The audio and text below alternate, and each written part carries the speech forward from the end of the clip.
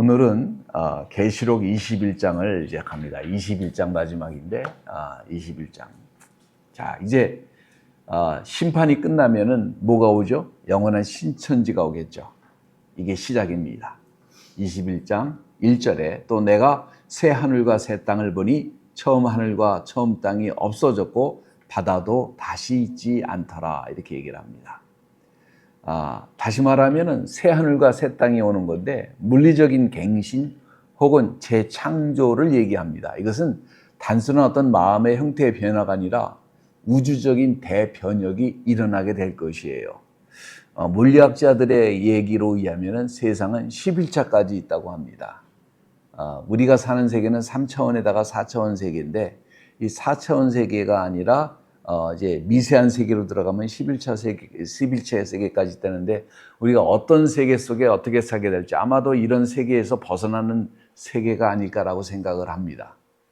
베드로후서 3장 10절과 13절에 보면 뭐라고 그랬냐면은 그러나 주의 날이 도둑같이 오리니 그 날에는 하늘이 큰 소리로 떠나가고 물질이 뜨거운 불에 풀어지고 땅과 그 중에 있는 모든 일이 드러나리로다. 11절 이 모든 것이 이렇게 풀어지리니 너희가 어떠한 사람이 되어야 마땅하냐? 거룩한 행실과 경건함으로 하나님의 날이 임하기를 바라보고 간절히 사모하라. 그날에 하늘이 불이 타서 풀어지고 물질이 뜨거운 불에 녹아지려니와 13절 우리는 그의 약속대로 의가 있는 곳인 새 하늘과 새 땅을 바라보는도다. 기가 막히죠, 그죠? 성경에서 보면은 각기 다른 그 사람들이 다 각기 다른 지식을 가지고 썼는데 보면요, 이게 다 매치가 돼요. 자, 베드로가 예언한 것처럼 기존의 우주가 불로 정화된 후에 하나님의 영광이 거하기에 적합한 어떤 완전한 물리적인 실체로 재탄생하게 될 것이고 우리가 그것을 바라보게 될 것이고 그 속에서 살게 될 것입니다. 이것은요, 영원한 상태입니다. 일시적인 상태가 아닙니다. 천년왕국은 지상에서의 일시적인 통치입니다. 시간이라고 하는 개념 속에 갇혀지게 된 거잖아요. 그 시간에 갇혀졌다는 얘기는 다시 말하면 공간에 갇혀졌다는 것인데 21장 새 하늘과 새 땅은 시간과 공간을 초월한 어떤 지속될 영원히 존재할 하나님의 나라를 의미합니다. 그러니까 처음 하늘과 처음 땅이 없어졌다고 하는 얘기입니다. 다시 말하면 이제는 뭐냐면 죄나 저주가 존재할 수가 없습니다. 아담 동산에 이미 뭐가 있었어요? 사람들은 아담이 범죄한 다음에 죄가 들어온 줄 아는데 그게 아니잖아요. 아담 동산에 이미 죄가 있었습니다. 자, 아담의 범죄 이유가 아니라 이미 에덴 동산에 죄가 있었는데 그 죄로 인한 모든 대가, 그것을 인간이 짊어졌고 가시, 엉겅퀴, 질병, 고통으로 가득 찼던 그리고 눈물과 고통 속에서 살았던 인간의 모든 삶이 완전히 사라지게 되고 모든 고통스러운 과거가 완전하게 청산되어졌다고 하는 실제적인 선언이고 다시는 바다도 있지 않더라고 하는 얘기는 무슨 얘기냐면은 바다라고 하는 것은요, 고대인들에게는 두려운 존재입니다. 신비스러운 존재예요. 그죠? 위험하고 혼돈스럽고 격리되는 거예요. 바닷속의 깊이를 사람이 들어가 봤어요? 못 들어가 봤어요? 들어간 사람은 다 죽습니다. 못 나와요. 그러니까 바다를 두 가지 측면으로 봅니다. 뭐냐면은 굉장히 혼돈스럽고 두려운 존재였었는데 지구 표면의 대부분을 차지하는, 많은 부분을 차지하는 바다라고 하는 것이 다 사라지게 되고 모든 인류가 제약 없이 소통하고 거주할 수 있는 어떠한 물리적인 세계가 우리 앞에 펼쳐지게 될 것이고 그 다음에 하나님을 대적하는 세력이나 인간을 유혹하는 세력이 없는 완벽한 평화의 상태가 상징적으로 나타나는 것을 말합니다. 그러니까 하나님이 구원 계획이 마침내 완성되는 그 영원한 처소를 약속하시는 거예요. 이렇게 생각하시면 됩니다. 창세기에서 그림자처럼 나타났던 모든 것은 완벽하게 계시록 20장, 21장에 재현되는 건데 더 크고 더 아름답고 더 깨질 수 없는 것으로 나타나는 거예요. 낙원이 이 에덴 동산이 있었다 그러면 여기서는 뭐냐면은 정말로 파라다이스 낙원이 존재하는 겁니다. 여기는 불완전하죠. 인간이 죄를 몰랐었는데 여기서는 뭐냐면 우리가 모든 것을 알면도 불구하고 하나님 앞에 완전히 순종하고 굴복하고 하나님과 한 마음이 돼서 하나님을 섬기는 사람이 될 거예요. 더 이상 죄의 흔적이 존재하지 않습니다. 2절에 보니까 또 내가 보매 거룩한 성 새 예루살렘이 하늘로부터 하늘에서 내려오니 그 준비된 것이 신부가 남편을 위하여 단장한 것 같더라 이렇게 얘기를 합니다. 자, 이 구절은 구원받은 성도들이 영원히 거하게 될 실질적인 처소 새 예루살렘의 등장을 묘사합니다. 자, 거룩한 성 새 예루살렘이라고 얘기합니다. 이것은 상징적인 것이 아니라 장차 새 하늘과 새 땅에 존재하는 실질적이고 물리적인 도성이 있다고 하는 사실입니다. 9절 이하에서 보면은 이 성의 크기, 재료에 대해서 구체적으로 언급하는 걸 보면은 성도들이 부활할 몸으로 직접 거주하게 될 장소로 간주하면 됩니다. 자, 하나님께로부터 하늘에서 내려오니 이렇게 얘기를 합니다. 자, 이 성은 인간이 지상에서 노력해서 건설한 도시가 아니에요. 이런 얘기가 있잖아요. 하나님은 자연을 만드시고 인간은 도시를 만들었다. 이런 얘기 들어보셨어요? 도시에 보면요, 굉장히 화려한 것 같지만 추악한 면이 많고 어두운 면이 되게 많은데 이것은 그런 도시가 아니라 하나님이 직접 예비하시고 만들으시고 초자연적인 기원으로 만들어진 것을 얘기합니다. 이는 예수님이 요한복음 14장 2절과 3절에 뭐라고 약속을 하셨어요?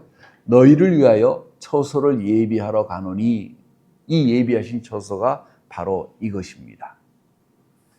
자, 신부가 남편을 위하여 단장한 것 같더라. 아름다움과 정결함, 이 성의 외향적인 아름다움이 아주 극에 달아 있는 것을 볼 수가 있는 것입니다. 다시 말하면 뭐예요? 신부가 화장을 할 때 가장 젊은 나이에 그 아름다움을 표현하기 위해서 화장을 해주잖아요. 그런 걸로 생각하시면 됩니다. 이 성 자체는 구원받은 성도의 그 공동체를 자체를 상징하기도 합니다. 이제는 뭐냐면은 하나님과 성도 사이에, 하나님과 인간 사이에 창세기 3장에서 보니까 틀어졌어요. 뭐 때문에 틀어졌습니까? 죄 때문에 틀어졌어요. 인간의 모든 문제는 죄로 인해서 생긴 것입니다. 패션 오브 크라이스트에서 보면 예수님이 죽었을 때 그 영화가 그 할리우드에서 환영을 받지 못했어요. 왜냐하면 유대인들이 지배를 하고 있었기 때문에 어떻게 생각하냐면 야, 우리가 안 죽였어. 지금 그렇게 얘기를 하는 건데 여러분, 예수님을 죽인 거는 유대인도 아닙니다. 예수님을 죽인 것은 우리도 사람이 한 게 아니에요. 사람이 하나님을 어떻게 죽여요? 그분 스스로 오셔서 그분 스스로 생명을 하나님 아버지께 바친 행위예요. 근데 뭐 때문에? 우리를 죄에서 용서하시기 위해서예요. 다시 말하면 우리의 죄가 예수 그리스도를 십자가에 못 박은 건데 그러므로 말미암아 뭐예요? 모든 막힌 담이 다 허물어지는데 그것이 완벽하게 재현되었다는 사실이에요. 이제는 뭐냐면은 완벽한 관계, 하나님과 인간 사이의 완벽한 재결합이 이제 모든 것이 나타나는 아주 성도들이 바라는 가장 찬란한 소망의 실체입니다. 꿈으로 여러분 예수님을 보면 얼마나 감격스러워요. 저는 그런 꿈을 한 번도 못 꿨는데 꿈으로라도 예수님을 본 사람들이 있잖아요. 얼마나 감격스러워요. 그거 원한다고 꾸어지는 건 아닌 것 같아요. 근데 그분을 배너에서 보면 여러분 그거 아세요? 배너에서 보면 그때 당시는 다 얼마나 미국이 기독교 국가였는지 예수님이 지친 배너에게 물을 주는 장면이 나오는데 발만 나옵니다. 손하고. 왜냐하면 감히 누가 하나님의 역을 할 수가 있겠느냐. 그래가지고 전면이 나오는 게 아니라 발하고 손하고만 나와가지고 이렇게 쫙 찢겨서 이렇게 물을 줍니다. 배너에게. 그랬던 저기가 있었는데 그 하나님에 대한 실질적인 모습을 눈의 눈으로 그분의 음성을 귀로 듣고 그분에게 입으로 고백하는 시간이 올 수 있을 것이라는 얘기예요. 3절과 4절에 보니까 내가 들으니 보좌에서 큰 음성이 나서 이르되 보라 하나님의 장막이 사람들과 함께 있음에 하나님이 그들과 함께 계시리니 그들은 하나님의 백성이 되고 하나님은 친히 그들과 함께 계셔서 4절 모든 눈물을 그 눈에서 닦아주시니 다시는 사망이 없고 애통하는 것이나 곡하는 것이나 아픈 것이 다시 있지 아니하리니 처음 것들이 다 지나갔음이니라 이렇게 얘기를 합니다. 자, 이게 완전히 뭐냐면은 새로운 개념과 세계로 들어가는 것을 말합니다. 하나님의 완전한 성취이기도 해요. 하나님의 장막이 사람들과 함께 있음에 이건 뭐냐면 하나님의 임재, 실제적인 임재죠. 구약 성경의 성막과 솔로몬의 성전이 하나님의 임재를 상징하는 임시적인 처소였다고 한다면 이제는 하나님이 부활한 성도들이 거하시는 새 땅에 직접 내려오셔서 그들과 함께 영원히 거주하시게 되는 사건입니다. 그들은 하나님의 백성이 되고 친히 그들과 함께 계신다고 얘기를 합니다. 다시 말하면 뭐냐면은 성경 전체 계시록부터 창세기부터 계시록까지 관통하는 하나님의 약속이 뭐예요? 나는 너희 하나님이 되고 너희는 내 백성이 되리라 라고 하는 이 약속의 말씀이 문자 그대로 성취되는 순간이고 더 이상 인간과 하나님과 사이에 어떤 막힌 담이 없고 그러니까 뭐예요? 얼마나 친밀하게 살아겠어요. 다 모든 저주가 이제 종말을 했는데 그 눈물을 그 눈에서 닦아주신다고 얘기를 했는데 지상에서 겪었던 환난, 핍박, 슬픔, 좌절, 없어서 당했던 서러움 뭐 이런 거 하나님께서 모두 다 그 친히 눈물을 씻어주시는 위로와 보상이 있는 곳입니다. 여기 하나 더 있을 것 같아요. 사랑하는 가족 중에 예수를 믿지 않아서 그 사람들이 천국에 같이 가지 못했다고 그러면 얼마나 가슴이 아프겠어요. 그런데 그 일조차도 아마 잊어버리는 순간이 오게 될 것입니다. 이 순간에.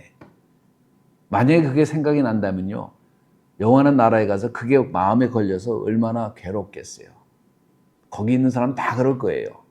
아마 그 자체도 잊어버리지 않을까 생각을 하게 될 것입니다. 모든 것이 과거의 모든 것이 다 이제 잊어버리게 되고 끝나게 되고 새로운 시작을 하게 되는 하나님이 손수 눈물을 닦아주신다는 것은 뭐예요? 굉장히 개인적이고 세밀한 하나님의 사랑이 증거되는 것을 나타납니다. 여기에는 이제 사망이 없어요. 아픈 것이 존재할 수가 없어요. 늙는 것이 존재할 수가 없어요. 제가 성경에 없는 얘기지만 제가 성경을 보면서 제가 해석하기로는 아마 천사와 같다고 하셨으니까 우리가 30세 전후의 모습을 변하지 않을까. 가장 인간이 성숙하고 세련되어 있고 완벽할 때가 30살의 모습이에요. 그래서 천사들이 나타날 때 모습이 항상 젊은 30대 초반의 모습입니다.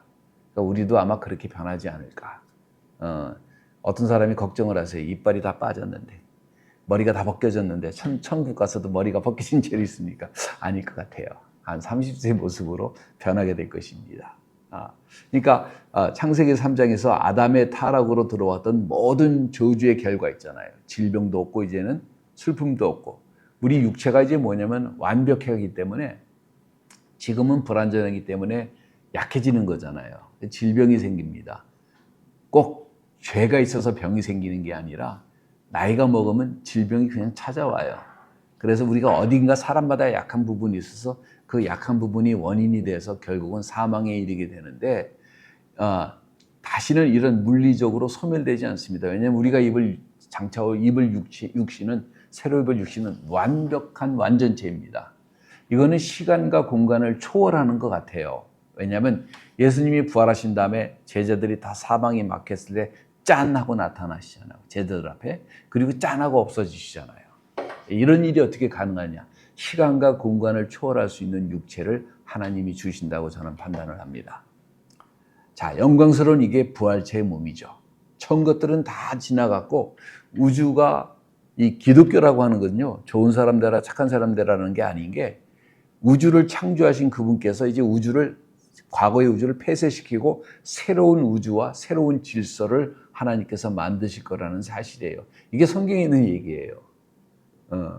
3절과 4절은 예덴보다 다시 말하면 더 나은 낙원이 되는 거예요. 동산이 아니라 이제 파라다이스 낙원입니다. 이제 궁극적인 소망은 뭐냐면 우리의 모든 소망은 사실 뭐예요? 거기에 들어가는 거예요. 이 땅에서 사는 것은 거기에 들어갈 자격을 얻느냐 얻지 못하느냐 이것이 판별되는 사건입니다. 그래서 예수 믿는 게 그렇게 중요한 것이 뭐냐면 바로 이것 때문에 그런 거예요. 영생의 문제가 달려 있다라고 하는 얘기입니다. 고통의 모든 인간의 역사가 이제 완전히 끝나고 영광의 영원한 역사가 새롭게 시작되는 것입니다. 5절과 6절에 보좌에 앉으신 이가 이르시되 보라 내가 만물을 새롭게 하노라 하시고 또 이르시되 이 말은 신실하고 참되니 기록하라 하시고 6절 또 내게 말씀하시되 이루었도다 나는 알파와 오메가요 처음과 마지막이라 내가 생명수 샘물을 목마른 자에게 값없이 주리니 이렇게 얘기를 합니다. 자, 만물의 갱신과 확실한 보장을 주시는데 내가 만물을 새롭게 하노라 이렇게 얘기를 합니다. 물리적인 우주 전체의 근본적인 어떤 재창조가 일어나는 것이 아닌가 생각이 되어집니다. 죄로 인해서 부패되어지고 쇠퇴했던 이 피조물의 세계가 영적으로도 그렇고 혼적으로 육신적으로도 그랬던 이 모든 피조의 세계가 이제는 하나님의 영광으로 완전히 가득 차고 완벽하고 새로운 상태로 실질적인 변혁이 일어나는 것을 말합니다. 그리고 뭐라고 말씀하시냐면 이 말은 신실하고 참되니 기록하라고 얘기를 합니다. 이것은 반드시 이루어질 역사적인 실제적인 사건이 될 것을 우리에게 증거하시는 거예요. 문자 그대로 도래하게 될 것입니다. 6절에 뭐라고 그랬냐면은 다 이루었다 이렇게 얘기하십니다. 예수님이 십자가에서 하신 말씀이 뭐였죠? 다 이루었다. 다 이루었다. 이게요. 이렇게 말씀하신 분은 세상에 아무도 없었어요. 전에 제가 말씀드렸지만은 여러분이 학교에서 배웠던 4대 성은이라는 사람들의 모습을 보면요. 얼마나 추한지 모릅니다. 간디? 아주 그냥 성 어린애들 데리고 뭐 말년에 뭐 별짓을 다 한 친구고. 공자님? 뭐 공자님이요? 석가모니? 뭐 말할 것도 없어요. 다. 예수님 외에는 다 이뤘다라고 하신 말씀이 아무도 없습니다. 창조로부터 시작돼서 십자가에 거쳐서 종말의 심판에 이르기까지 인류를 향한 하나님의 모든 계획이 완벽하게 이루어진 것을 지금 선포하고 계시는 거예요. 그러면서 그분이 뭐라고 그럽니까? 나는 알파와 오메가라. 나는 시작과 끝이라 이겁니다. 알파와 오메가라는 얘기는 그릭의 알파벳이에요. 시작하는 단어가 알파고 끝나는 단어가 오메가입니다. 그러니까 알파와 오메가라. 시작과 끝이라 이겁니다. 역사가 우연히 시작돼가지고 갑자기 무슨 뭐 진화가 돼가지고 된 것이 아니라 정확하게 하나님의 뜻대로 시작해서 하나님의 뜻대로 끝나는 것을 보여줍니다. 보여줘요. 새 생명과 샘물을 값없이 준다고 얘기합니다. 다시 말하면 뭐냐면은 새 하늘과 새 땅에서 성도들이 눈을 영원한 생명과 영원한 안식, 어떤 모습이 될지는 사실 알 수가 없어요. 그럼 일 안 하고 맨날 노느냐? 그 시간을 어떻게 보낼지 모르겠어요. 근데 아무튼 그거는 아마 우리에게 주어진 일이 있지 않을까 싶어요. 왜냐하면 일이 없이 노는 거는요, 굉장히 힘든 거예요. 굉장히 힘든 거 시간 안 갑니다. 7절과 8절에 이기는 자는 이것을 상속으로 받으리라. 나는 그의 하나님이 되고 그는 내 아들이 되리라. 8절 그러나 두려워하는 자들과 믿지 아니하는 자들과 흉악한 자들과 살인자들과 음행하는 자들과 점술가들과 우생숭배자들과 거짓말하는 모든 자들은 불과 유황으로 타는 못에 던져지리니 이것이 둘째 사망이라 이렇게 얘기를 합니다. 자, 요한계시록 7장 8절은 새 하늘과 새 땅의 상속자와 불못에 던질 자들을 극명하게 대비시킵니다. 인간에게 두 가지 운명밖에 존재하지 않습니다. 나는 무신론자입니다 라고 얘기하는 게 존재하지 않습니다. 나는 선하게 살았습니다 라는 것이 존재하지 않습니다. 내 생각이 존재하지 않아요. 이거를 깨달아야 됩니다. 깨달아야 됩니다. 사람은 자기 생각이 굉장히 중요하다고 생각을 해요. 자, 중요합니다. 민주국가에서 자기 생각과 자기의 마음을 표현하는 게 얼마나 중요한지 몰라요. 이거는 사상적인 것도 그렇고 다 그거는 허용을 해줘야 됩니다. 그러나 그 가운데서 우리가 깨달아야 될 것은 뭐냐면은 내 생각이 나를 만든 거예요. 현재 내가 얼마나 무력합니까? 스티브 잡스가 얼마나 잘 나갔어요. 그 친구가 마지막에 뭐라고 하는지 알아요? 죽을 때. 내가 돈 벌어봤더니 아무것도 아니더라. 쓸 돈도 많지도 않고 사람 인정에는 별거 없고 건강하고 행복하게 살았어야 되는데 요걸 부처가 깨달은 거예요. 근데 그걸 깨닫다 하더라도 행복하게 살지 못하는 경우가 되게 많죠. 그게 인간이에요. 그게 자기 자신입니다. 그러니까 자신의 한계를 명확하게 알고 내 생각은 있지만 나보다 뛰어난 하나님의 생각을 믿고 바라보고 따를 수 있는 그런 지혜가 우리에게 필요하죠. 그죠? 자, 이기는 자에게 기업을 주시는데 이기는 자는 뭐냐면 환난기와 역사의 마지막 때 세상의 유혹과 적그리스도의 핍박을 견뎌내고 믿음을 지키는 성도들뿐만 아니라 이전의 교회 시대라 할지라도 교회를 많은 사람이 다니니까 엄청나게 많은 사람이 구원을 받을지 모르지만 그건 개런티된 게 아니에요. 교회 교인인지는 모르지만 하나님의 성도인지는 스스로 물어봐야 됩니다. 믿음이 진짜 계신지. 스스로 자기가 자문해야 돼요. 진짜 내가 하나님을 믿는지 교회라고 하는 시스템을 믿는지 교회 목사님을 믿는 사람도 많더라고. 무슨 이걸 알아야 돼요. 하이 히틀러 그러잖아요. 왜 그런지 아세요? 그게 히틀러와 나와 동일화하는 거예요. 하이 히틀러. 그것이 독일이다. 사람을 그렇게 세뇌시킨 거예요. 옛날에 사람들 보면 우리 목사님이 박사기가 몇 개가 있고요. 그래서 뭐 하냐면 자기와 그 목사를 아이덴티파이 시키는 거예요. 하나가 되는 거죠. 그러면서 그게 교회가 되고 그렇게 되는 거예요. 그거 교인 아닙니다. 교인이에요. 그거 하나님 사람 아닙니다. 하나님 사람 누구하고 아이덴티파이가 돼야 돼요? 예수 그리스도와. 내가 작은 예수가 될 줄 알아야 돼요. 이게 이기는 자입니다. 이게. 이 사람들이 상속을 받는 거예요. 교회의 인정을 받는 게 아니라 교회라고 하는 하나의 그 독립적인 인스티튜션의 인정을 받는 게 아니라 하늘의 인정을 받으면 이것들을 상속받으리라. 다시 말하면 새하늘과 새 땅과 새 예루살렘과 하나님의 임재를 눈에 눈으로 보고 귀로 듣고 하나님을 손으로 만질 수 있는 실질적인 유산을 우리가 물려받게 되니 이것은 영원히 누릴 수 있는 법적이고 실질적인 거주권을 얻게 되는 것입니다. 내 아들이 되리라. 이게 단순한 뭐냐면 이게 단순한 성도와 하나님과의 관계가 아니에요. 이거는 무슨 관계냐면 완전히 하나님의 자녀가 되는 단순한 창조주와 피조물의 관계가 아니라 아버지와 아들의 관계처럼 엄청나게 친밀하게 되는 양자됨을 영원히 확증한다고 하시는 뜻입니다. 근데 반면에 8절에 보면 불못에 던져질 자들이 나옵니다. 두려워하는 자들, 믿지 아니하는 자들, 두려움과 불신이 깔려 있는 것을 말하죠. 두려움은 왜 두려웁니까? 믿지 않기 때문에 두려워하는 거죠. 밖에 앞에서 비겁하게 신앙을 버리거나 삶의 현실 앞에서 비겁하게 도망가거나 신앙을 지키는 게 굉장히 힘든 게 뭐냐면요. 어려운 일이 닥치면 도망가고 싶어요. 믿지 못하기 때문에 불신이 오는 거예요. 그러니까 끝까지 우리가 믿어야 됩니다. 도망가지 마세요. 현실에 닥친 일에 하나님의 영광을 드러내는 일은 정말 뼈를 깎는 일이고 어떨 때는 다 때려치우고 싶고 다 그만하고 싶고 다 끝내고 싶은 마음이 되게 많죠. 근데 그거를 선한 싸움을 싸야지. 그거를 막 때려부시고 그런 게 아니라 선한 싸움으로 인내를 가지고 그리스도를 바라보며 이겨낼 줄 알아야 됩니다. 이게 믿는 사람이에요. 그래 믿는 사람이 제가 많지 않을 거라고 보는 이유가 바로 여기 있어요. 교회에. 제가 그런 사람을 못 봤거든.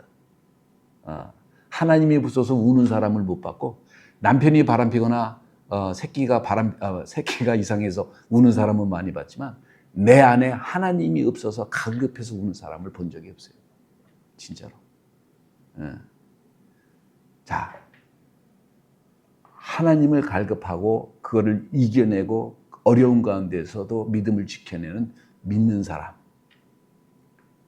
이게 중요한 겁니다. 이게 없으면요 무너지는 거예요. 흉악한 자들, 우상 숭배하는 자들, 거짓말하는 모든 자들. 다시 말하면 뭐냐면 사단이 거짓의 아비예요.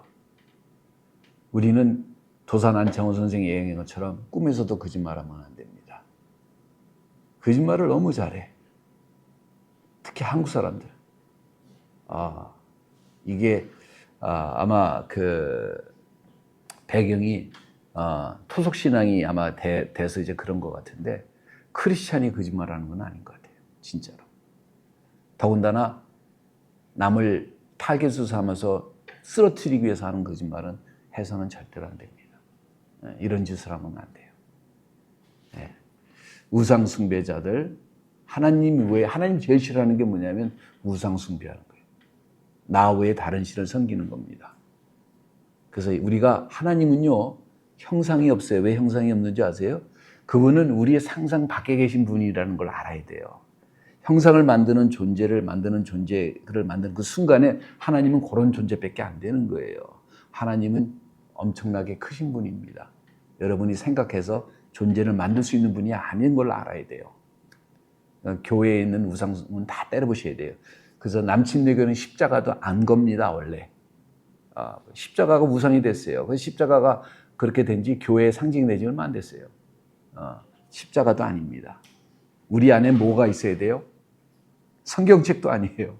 예수 그리스도가 있어야 됩니다. 불과 유황으로 타는 못, 이것이 뭐냐면 둘째 사망인데 최종적인 지옥의 형벌이 실제적으로 이제 집행되는 것입니다. 이제 뭐냐면은 이 새 예루살렘이 거룩하기 위해서는 악의적인 요소와 죄악한 모든 인간들이 영원히 하나님으로부터 격리되는 상태를 얘기를 합니다. 자, 이 구절은 정말로 종말론적인 결산이에요. 성도들에게는 소망을 주고 불신자에게는 강력한 경고를 주는 종말론적인 결산이에요. 9절, 일곱 대접을 가지고 마지막 일곱 재앙을 담은 일곱 천사 중 하나가 나와서 내게 말하 이르되 이리 오너라 내가 신부 곧 어린 양의 아내를 내가 보이리라 이렇게 얘기를 합니다. 자, 이제 뭐냐면은 새 예루살렘의 신비한 정체를 구체적으로 공개를 하기 시작합니다. 일곱 재앙을 담은 일곱 천사 중에 하나는 어떤 사람이었어요? 다시 말하면은 심판을 행했던 천사였던 존재였습니다. 15장, 16장에서 이 지상에 대접 재앙을 쏟았던 바로 그 천사가 이제는 뭐냐면 구원의 완성인 영광을 보여주는 그런 역할로 바뀝니다. 다시 말하면 환난기의 심판이 끝나야만 이 영광스러운 성이 우리에게 가시적으로 나타난다고 이제 얘기를 하는 거예요. 순서가 있다는 얘기죠. 그죠? 자, 신부 곧 어린 양의 아내라고 얘기를 합니다. 성도의 공동체는 1차적으로 구원받은 모든 성도를 상징합니다. 그리고 이 천사가 신부를 보여주겠다고 하고 실제적으로 보여주는 것은 거룩한 성입니다. 따라서 이 성을 부활한 성도들이 거하는 실제적인 도성이자 성도들의 영광이 투영되어 있는 어떤 물질적인 실체로 보는 것이 옳다고 생각을 합니다. 건물로서의 성과 그 안에 살고 있는 성도들을 분리하지 아니하고 하나의 어떤 영광스러운 합체로 지금 설명하고 있습니다. 이리 오너라 네게 보이리라.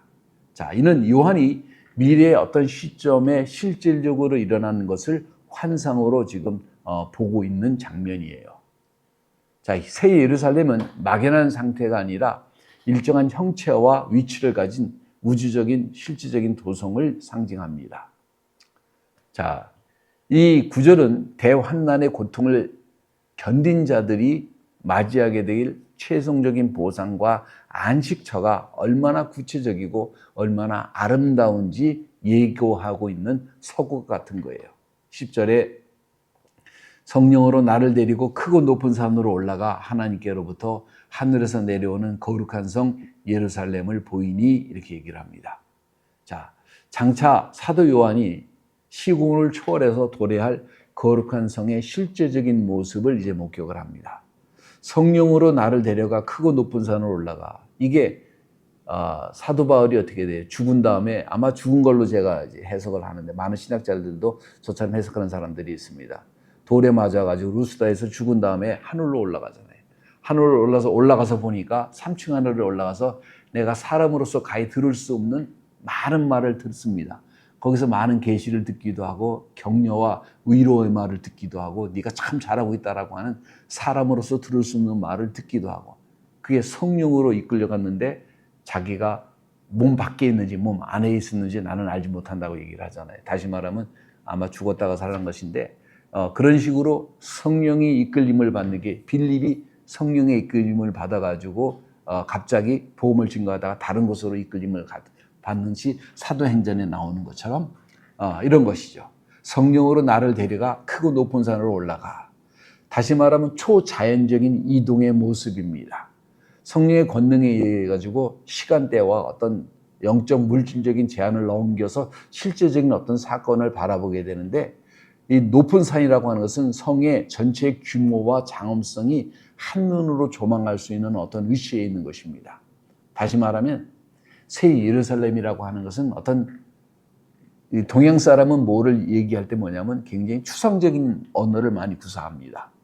상상하게 만들어요.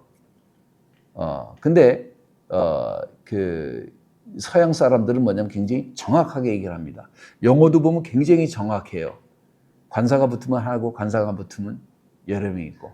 이게 굉장히 미국 사람은 정확한데 한국 사람은 대충 다 뭉뚱그리 얘기하기 때문에 이걸 따라가기가 굉장히 힘들잖아요. 이런 거예요. 일정한 크기와 형체를 가진 물리적인 실체를 지금 보여주고 있는 겁니다. 그냥 상상으로 얘기하는 게 아니에요. 하나님께로부터 내려왔다고 하는 얘기가 뭐냐면 어떤 인간의 땅에서 건설되는 것이 아니라 하나님이 직접적으로 창조하시는 것인데 이 성이 공중에 머물며 새 하늘에 연결되거나 혹은 새 땅에 완전히 내려앉을 어떤 우주적인 도성을 얘기를 하는데 지금 이런 걸 아무리 상상하고 얘기를 해봐야 쓸모가 없는 것이 모르잖아요. 가보면 알 겁니다. 근데 인간의 상상을 초월한 어떤 것이라고 생각을 하게 됩니다. 구약의 예루살렘이 지상 통치의 중심점이었다면 천년왕국 동안에 이 성은 영원한 나라의 어떤 행정적, 영적 중심지가 될 것입니다. 그리고 구원받은 성도들이 부활한 몸을 입고 실질적으로 거주하면서 활동하게 될 우주적인 어떤 수도가 될 거예요. 자, 이런 것은 뭐냐면은 하나님께서 예비하신 최고의 걸작품이 될 것입니다. 11절 하나님의 영광이 있어 그 성의 빛이 지극히 귀한 보석과 같고 벽옥과 수정 같더라. 같이 맑더라. 자, 하나님의 영광이 물리적으로 현시되는 성의 외관을 지금 설명하고 있잖아요. 그러니까 단순한 예루살렘, 새 예루살렘은 단순한 어떤 도성이 아니라 하나님의 임재 그 자체로 빛나는 어떤 우주적인 결정체를 보여줍니다. 하나님의 영광이라고 하는 얘기는 뭐냐면은 여러분 그거 아시죠? 그 장막이 동쪽으로 문이 있어요. 왜냐하면은 태양이라고 하는 것은 그 하나님의 영광을 상징하기 때문에 그렇습니다. 근데 여기서는 뭐냐면 이제 달이나 해 같은 어떤 외부의 어떤 빛을 내는 발광체가 필요가 없는 것이 하나님의 영광이 이 안에서부터 내뿜어 나오기 때문에라고 얘기를 합니다. 자, 이거는 하나님의 거룩한 본성이 하나님의 영광이 쉐키나이가 물리적인 형태로 성 전체를 채우고 있는 상태를 얘기를 합니다. 그러니까 그 성의 빛이 지극히 귀한 보석과 같다는 얘기가 형용할 수 없는 아름다움, 인간의 언어로 표현하는데 한계를 가지고 있는 초자연적인 어떤 광채를 설명하기 위해서 바로 요한이 자기 자신이 가지고 있는 지식으로 보석이라는 단어로 표현한 것이 아닌가라는 생각을 하게 됩니다. 그러니까 이것은 장차 성도들이 목격하게 될 찬란한 어떤 실제적인 풍경을 얘기합니다. 변함이 없는 영광. 보석은 변치 아니하는 특징을 가지잖아요. 자, 새 예루살렘의 영광이 쇠퇴하거나 사라지지 아니할 어떤 영원한 실체인 것을 얘기합니다. 벽옥과 수정 같더라. 자, 이 성 전체가 뭐냐면은 벽옥이라고 하는 것은 보통 계시록 4장 3절에 것처럼 보좌에 앉으신 이의 모습을 묘사된 것이 보석이 바로 벽옥입니다. 다시 말하면 하나님의 성품, 거룩함이나 어떤 어미함, 위엄 뭐 이런 것들이 그대로 투영되고 있는 것을 얘기하죠. 수정 같다라고 하는 얘기는 뭐냐면은 완벽한 정결함 뭐 이런 것을 말하는 것입니다. 죄나 부정함이나 거짓말이나 악에 속한 그런 것이 더 이상 존재할 수가 없는 완벽한 정결함이 나타나는 거예요. 다시 말하면 이것이 하나님의 영광이 온 우주로 투사하고 반사되는 초자연적인 그런 모습을 보여주는데 11절은 빛의 근원이 되신 하나님과 하나가 된 도성을 보여준다고 한다면은 보여준다고 그러고 이것이 하나님의 생명과 영광의 빛으로 가장 충만한 아름답고 실질적인 장소가 될 것을 우리에게 보여주고 있다라고 하는 사실입니다. 12절과 14절까지만 하겠습니다. 12절과 13절에 12절 크고 높은 성곽이 있고 12문이 있는데 문에 12천사가 있고 그 문들 위에 이름을 썼으니 이스라엘 자손 12지파의 이름이라. 동편의 세 문, 북편의 세 문, 남편의 세 문, 서편의 세 문이니. 여러분 그거 아시죠? 이스라엘이 행진할 때 이렇게 했어요. 십자가 형태입니다. 똑같아요. 이래 똑같아요. 지파별로 뭐냐면은 동편의 세 지파, 서편의 세 지파, 남편의 세 지파, 북편의 세 지파 이래가지고 뭐냐면 행진할 때 이런 모습으로 십자가 형태입니다. 이것이 이렇게 행진을 했어요. 똑같은 거예요 지금. 예. 자, 다시 말하면은 새 예루살렘의 성의 실질적인 구조와 그 안에 담긴 구속사적인 어떤 통일성이 나타나는데 12절에 보니까 성곽의 보호와 문에 새겨진 이름이 있다고 얘기를 합니다. 크고 높은 성곽이라. 자, 거룩한 성이 구별되는 실제적인 경계성을 나타나는데 부활한 성도들이 거할 이 성은 죄나 부정한 것이 결코 침범할 수가 없이 완벽하게 보호되어 있다고 하는 것을 의미합니다. 이것이 무슨 뜻인지는 정확하게 성벽이 있을까? 성벽이라고 하는 것은요, 예전에 보호하기 위해서 생긴 거잖아요. 무기가 없을 때. 지금은 성벽을 세워요? 성벽을 다른 방으로 세우죠. 미사일이 쏘는 거를 보호하기 위해서 그 시스템이 성벽이지 누가 미련하게 돌을 쌓아가지고 성벽을 쌓습니까? 그러니까 이게 무슨 말인지는 정확하게 모르겠어요. 자, 문에 12천사가 있다고 얘기를 합니다. 이 천사들은 성의 문지기 역할을 합니다. 다시 말하면 하나님의 도성이 무질서한 곳이 아니라 철저한 질서와 권위 앞에 관리되고 있다는 사실을 우리에게 깨닫게 해주는 거죠. 그리고 여기에 이스라엘 자손의 12지파의 이름이 있는데 구약의 연속성입니다. 하나님은 이스라엘을 결코 버리시지 아니하셨습니다. 로마서 9장에서부터 11장에서 보면 뭐라고 얘기하냐면 교회가 완성되기까지 이스라엘은 배제되어 있는 거예요. 이스라엘은 하나님을 믿지 않도록 되어 있습니다. 설명이 이렇게 되어 있어요. 지금 이스라엘은요, 하나님을 믿는 집단이 아니에요. 그리고 여러분이 생각하는 것처럼 아브라함의 후손들도 아닙니다. 정확하게 얘기를 하면. 여러분이 좀 샤크를 먹을지도 모르는데 이 사람들은 아브라 사람이 아니라 유럽 계통의 사람들이 많아요. 아브라함 계통의 사람들이 좀 있으려나? 있을 수 있겠죠. 아무튼 그건 나중에 시간 되면 얘기했으면 얘기하고. 자, 그래서 뭐냐면 구약의 성도들의 영광이 그대로 보존되는 것을 우리에게 보여줍니다. 구약 성도가 구원받았나요? 예, 구원받았죠. 뭘로 구원받았습니까? 믿음으로 구원받습니다. 자, 왜 그런 줄 아세요? 아브라함이 뭐로 의롭다함을 얻었죠? 믿음으로. 로마서 1장 17절입니다. 믿음으로 의롭다함을 받았습니다. 행위가 아니에요. 구약 성도들도 마찬가지로 뭐로 믿음을 받았어요? 믿음으로 구원을 받습니다. 우리는 무엇으로 구원받아요? 믿음으로 구원받습니다. 네. 구원이 유대인으로부터 시작돼서 다시 말하면 유대인이 어디서 나왔어요? 아브라함부터 시작해가지고 이스라엘 집회를 통해서 계시된 하나님의 역사가 교회로 완성되는 거죠, 사실은. 자, 사방으로 열린 완벽한 대칭이 나옵니다. 동서남북이 나오는데 동북, 남서 이렇게 성경은 이제 얘기를 하고 있는데 이 성의 배치가 땅 끝에서 구원받은 모든 백성이 이 성으로 들어올 수 있다고 하는 것을 아마 상징적인 보편성, 접근성을 얘기하는 것인가? 모르겠어요. 가보시면 압니다. 완벽한 질서예요. 정사각형, 정방향으로 배치돼 가지고 하나님의 통치가 우주 전체에 편지하면서 한치의 오차도 없는 완벽한 설계에 의해서 지어졌음을 실질적인 수치와 방향으로 설명해 주고 있습니다. 자, 결론적으로 새 예루살렘이 구약과 신약의 모든 성도가 하나로 연결된 최종적인 처소인 것을 우리에게 보여주고 있습니다. 자, 이 구절은 이스라엘 지파의 이름이 성문에 새겨진 것을 보며 하나님의 언약적 신실함이 그대로 미래에도 문자 그대로 성취되는 증거로 우리가 볼 수가 있다는 사실입니다. 하나님께서 하신 약속은 그대로 이루어질 것입니다. 여러분, 믿는다는 것은요, 그래서 엄청난 축복입니다. 그리고 믿는다고 하는 것은 반드시 인내가 필요합니다. 내가 편한 대로 하는 게 아니에요. just do it이 아니에요. 그냥 네가 원하는 대로 해라. 이거는요, 굉장히 잘못된 말입니다. 사람은요, 내가 원하는 대로 행하면 좋은 거 행할 수가 없어요. 좋은 거 다 알죠. 그러나 좋은 대로 행하고 싶어요. 육신이 원하는 대로 행하지.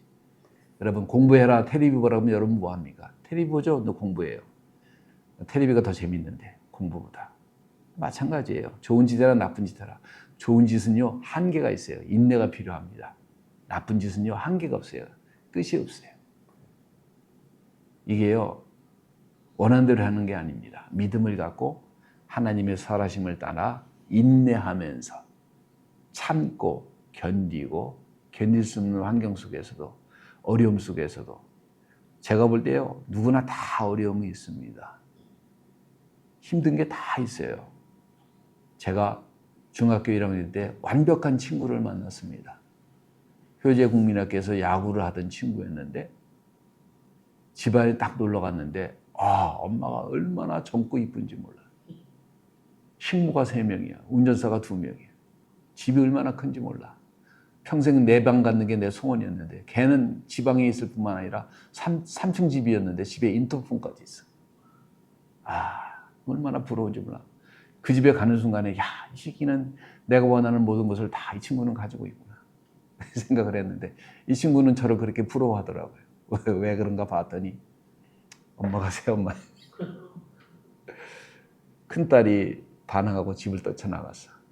그러니까 애들이 자기가 낳은 애들한테는 찾아가도 자기한테는 관심이 없고, 그러니까 애가 굉장히 갈등이 많아. 그래서 얘도 이렇게 완벽하게 보이는 애도 이런 또 남모르는 아픔이 있구나. 이게 인간의 삶입니다. 모든 사람에게는 삶에는 고통이 있고 아픔이 있고 견뎌야 되는 삶이 있어요. 마치 나 혼자 이 세상 짐을 짊어진 것처럼 떠들어대지만 돌이켜보면 나보다 더 힘든 사람이 주변에 널려 있습니다. 그게 인생이에요. 근데 각기 자기의 그런 고통의 십자가를 지고 믿음으로 견뎌내면서 예수님을 따라가는 겁니다. 예수님을 믿으면 모든 문제가 해결된다고 성경에서 얘기한 적은 단 한순간도 없습니다. 예수를 믿으면 이거를 이겨내는 힘을 얻는 것이고, 그리고 그 가운데서도, 그런 어렵고 힘든 가운데서도 우리가 하나님의 영광을 나타내고 드러내는 것이 우리의 삶의 목적입니다. 여러분 인생 사시면서 힘든 일 계시죠? 어려운 일 계시죠? 우리가 견뎌내는 이유는 바로 이 영원한 하나님의 나라로 들어가기 위해서 믿음으로 견뎌내는 것입니다. 여러분 힘들고 아프고 괴롭고 포기하고 싶잖아요. 그래도 우리에게 삶이 붙어있는 한 우리에게 주신 그 삶의 무기가 얼마나 무겁든지 상관없이 믿음으로 견뎌내시고 예수 그리스도의 고난을 생각하시고 이겨내시고 그 가운데 하나님의 영광이 나타날 수 있도록, 우리 힘으로 안 되니까 여러분 간구하시고 기도하시고 눈물로 여러분의 심령을 찢으시고 그러면서 하나님과의 교제를 통해 강한 힘을 얻으시고 여러분의 삶을 이겨내시는, 그리고 새하늘과 새 땅으로 들어가시는 여러분 다 되시기를 예수의 이름으로 축복합니다. 기도하겠습니다. 감사와 찬송과 영광과 존귀를 아버지 앞에 돌립니다. 아버지, 은혜로 인도해 주시옵소서. 은혜로 이끌어 주시옵소서. 아버지 하나님의 능력과 소망으로 미천하고 부족하고 연약한 저희들에게 힘이 되어 주시며 능력이 되어주시며 소망의 빛이 되어주셔서 아버지 하나님 믿음으로 한 걸음 한 걸음 내딜 때마다 우리 주 예수 그리스도의 영광이 우리의 삶 가운데 드러나게 하시고 아버지 영광이 드러나게 하시고 저희가 눈의 눈으로 아버지 하나님을 대할 때 착하고 충성된 종아 참 잘하였도다 라고 하는 칭찬을 받을 수 있도록 저희들을 구별해 주시고 위로해 주시고 인도해 주시옵소서. 감사와 찬송과 영광을 아버지 앞에 돌리며 예수 그리스도의 이름으로 기도합니다. 아멘.